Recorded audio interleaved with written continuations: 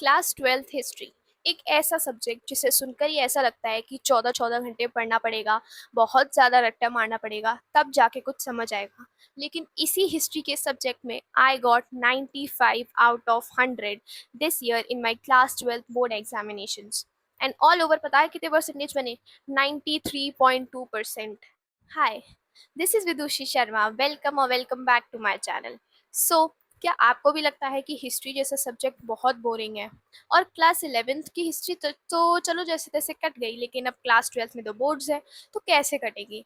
आराम से कट जाएगी। और अगर आप ये मेरी वीडियो पूरी देखोगे और लास्ट तक देखोगे तो आपको पता चल जाएगा कि कैसे हिस्ट्री को एक बहुत ही इंटरेस्टिंग सब्जेक्ट बनाया जा सकता है। मैं आपको बताऊंगी कुछ टिप्स जो मैंने फॉलो करी थी और जिससे मेरे 95 मार्क्स आए हिस्ट्री में। टिप्स को स्टार्ट करने से पहले मैं आपको ये बताना चाहती हूँ, क्लियर करना चाहती हूँ कि मैंने अपने क्लास 12th के जो एग्ज़ाम्स दिए थे वो एएमयू बोर्ड से दिए थे, नहीं ना कि सीबीएसई या फिर आईसीएसई या स्टेट बोर्ड से दिए थे। लेकिन जो एक चीज़ और क्लियर कर देती हूँ कि जो एएमयू बोर्ड और सीबीएसई बोर्ड है उसका सिलेबस भी सेम है। मैंने भी वही एनसीईआरटी पढ़ी है जो आप लोग पढ़ रहे हो। मैंने भी वही क्वेश्चंस, वही 6 मार्क वाले क्वेश्चन और सब कुछ एमसीक्यूज़ वगैरह पढ़े हैं जो आप लोग पढ़ रहे हो। तो पैटर्न सेम होता है, बस बोर्ड्स अलग हैं। तो मैं आपको स्ट्रैटेजी बताऊँगी जो एक एनसीईआरटी पढ़ने वाले को बहुत काम आने वाली है। Starting with the first tip जो कि हर सब्जेक्ट के लिए सिमिलर है। एनसीईआरटी जो है वो एकदम किंग है।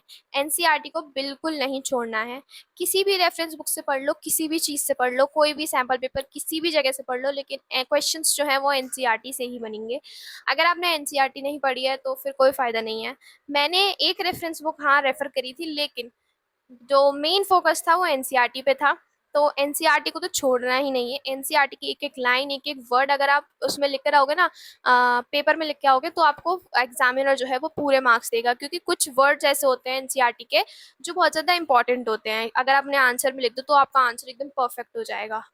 एनसीईआरटी की रीडिंग बिल्कुल मत छोड़ना। बोर्ड एग्जाम से पहले एनसीईआरटी को कम से कम 2 से 3 बार पढ़ के जाना। एनसीईआरटी की एक-एक लाइन में आपको पता होना चाहिए कि क्या दिया हुआ है। सब कुछ एकदम दिमाग में सेट होना चाहिए कि इस लाइन का मतलब ये है, इस लाइन का मतलब ये है। तो आंसर्स बनाने में आपको बहुत, बहुत, बहुत काम आएँगी ये एनसीईआरटी की ये लाइनें। तो एनसीईआरटी को बिल्कुल मत छोड़ना। एनसीईआरटी तो हर सब्जेक्ट में एकदम मस्ट है। एनसीईआरटी को तो पढ़ना ही पढ़ना है। अब आते हैं सेकंड टिप पे। सेकंड टिप ये है कि देखो, हिस्ट्री में डेट्स होती हैं, सबको पता है, बहुत सारी डेट्स होती हैं, याद करना बहुत मुश्किल हो जाता है। लेकिन हिस्ट्री में रट्टा मारने की कोई ज़रूरत नहीं है मेरे हिसाब से। तो मैंने देखो रट्टा नहीं, मतलब स्टार्टिंग में तो जब मुझे समझ नहीं आता था तो मैं रट्टा मारती थी, लेकिन जब मुझे समझ आ गया कि देखो हिस्ट्री को कैसे पढ़ना है, तो रट्टा मारने की कोई ज़रूरत ही नहीं है। मैंने हिस्ट्री को पढ़ा एज़ अ स्टोरी। देखो कोई जैसे मान लो ब्रिक्स, वीड्स एंड बोन्स वाला जो चैप्टर था हमारा, वो मेरा फ़ेवरेट चैप्टर था। क्योंकि उसमें जो था, जैसे फर्स्ट उसमें हड़प्पा वगैरह के बारे में दे रखा था, मोहनजोदारो के बारे में दे रखा था। तो अगर आप उसको एज़ अ स्टोरी पढ़ोगे कि हड़प्पा में ये होता था, ये चीज़ें मिलती थी, मोहनजोदाड़ो में ग्रेट बात था, तो ये सब चीज़ें अगर आप एक स्टोरी की तरह पढ़ोगे तो आपको बहुत अच्छे से याद हो जाएगी। जैसे नेशनल मूवमेंट वाली बातें थी, उन सबको अगर आप लाइन वाइज़ पढ़ोगे तो आपको टाइमलाइन भी याद हो जाएगी कि गांधी जी कब आए, कब उन्होंने पहला सत्याग्रह करा, कब सब कुछ हुआ। तो ये सब अगर आप लाइन वाइज़ याद करते जाओगे तो आपको टाइमलाइन भी याद हो जाएगी, चैप्टर भी याद हो जाएगा और स्टोरी भी पता चल जाएगी। और हिस्ट्री में रट्टा मारने की कोई ज़रूरत नहीं पड़ेगी। Now the next tip, the third tip. History में देखो, नोट्स बनाने में मैंने तो 3 टाइप के नोट्स बनाए थे। सबसे पहले जो होती है, जो एनसीईआरटी होती है, एनसीईआरटी के साइड में जो स्पेस दिया होता है, उसमें शॉर्ट नोट्स बना दो। सबसे पहले आप एक पैराग्राफ पढ़ो, उसके बाद उसमें जो भी आपको समझ आ रहा है शॉर्ट में उनको पॉइंट्स बनाकर वहीं पे साइड में जो स्पेस दिया होता है उसमें लिख दो, ताकि अगर आप फिर से जब बुक को खोलो या एग्जाम से पहले खोलो तो आपको पूरा पैराग्राफ पढ़ने की ज़रूरत नहीं हो। अगर आप उन पॉइंट्स को पढ़ लो तो उससे आपको पता चल जाए कि इस पैराग्राफ में क्या दिया हुआ है, तो आपको पूरा पैराग्राफ पढ़ने की कोई ज़रूरत नहीं होगी। सेकंड टाइप के नोट्स क्या होते हैं, आप बनाओ शॉर्ट नोट्स। शॉर्ट नोट्स यानी आपने अपनी कॉपी में किसी में भी नोट्स बना लिए कि इस चैप्टर में ये है, इसमें ये है, जैसे नॉर्मल नोट्स बनाए जाते हैं। तीसरे टाइप के नोट्स होते हैं answer writing notes. Answer writing notes में आपको ऐसे नोट्स बनाने हैं जैसे जो बहुत ज़्यादा क्वेश्चंस पूछे जाते हैं उसके बारे में, जो जैसे आपने वो बना लिया कि कैसे फॉर्मेट में हम आंसर को लिखेंगे। आंसर का जो फॉर्मेट होता है उस क्वेश्चन के हिसाब से आपने उसको फॉर्मेट में ऐसे करके लिख लिया कि इंट्रो ये है, मेन पार्ट ये है एंड आउटरो ये है, ऐसे करके आपने लिख लिया, ताकि अगर आप उसको लिखने जाओ एग्जाम में तो आपको पहले से पता हो कि आपको कैसे कैसे फ्रेम करना है आंसर को, कैसे कैसे किस पार्ट को कहाँ रखना है, आउटरो में रखना है, इंट्रो में रखना है या मेन में रखना है। तो ऐसे टाइप की नोट्स बना के रखो, तो हिस्ट्री में ऐसे नोट्स बहुत काम आते हैं। सो द फोर्थ टिप क्या होगी इसमें कि एआई का यूज़ करो। मैंने भी एआई का यूज़ किया था। ऐसा नहीं है कि आप एआई पे डिपेंड रहो पूरी तरीके से, लेकिन आपके जब एग्जाम्स आने वाले हो तो आप उसमें से क्विजेस वगैरह निकाल के सॉल्व कर सकते हो। एमसीक्यूज उससे कह सकते हो कि एमसीक्यूज निकाल दो इस चैप्टर के लिए, एमसीक्यूज सॉल्व कर सकते हो, या इंपॉर्टेंट क्वेश्चंस ले सकते हो उससे। ज़्यादा यूज़ नहीं करना, ज़्यादा डिपेंड नहीं रहना, लेकिन आप कुछ शॉर्ट नोट्स समरी वगैरह निकाल सकते हो, लेकिन पूरी तरीके से डिपेंड मत रहना। क्या पता उसने समरी में कोई मेन पार्ट मिस कर दिया हो, तो एक बार रीचेक कर लेना और उसको, और फिर उसकी समरी को आराम से पढ़ लो, यूज़ करो। वो ऐसे सब्जेक्ट्स में बहुत काम आता है, जैसे इंग्लिश में किसी पोएम की समरी निकाली हो, हिंदी में किसी स्टोरी की समरी निकालनी हो, तो आप ऐसे एआई का भी यूज़ कर सकते हैं। फिफ्थ टिप है आंसर राइटिंग। आंसर राइटिंग, ठीक है, सब कुछ पढ़ लिया आपने, सब कुछ अच्छे से पढ़ लिया, आपको सब कुछ याद हो गया, सारी टाइमलाइन, सारी डेट सब याद हो गई, लेकिन अगर आप आंसर ठीक से नहीं लिख के आओगे तब आपको नंबर नहीं मिलेंगे।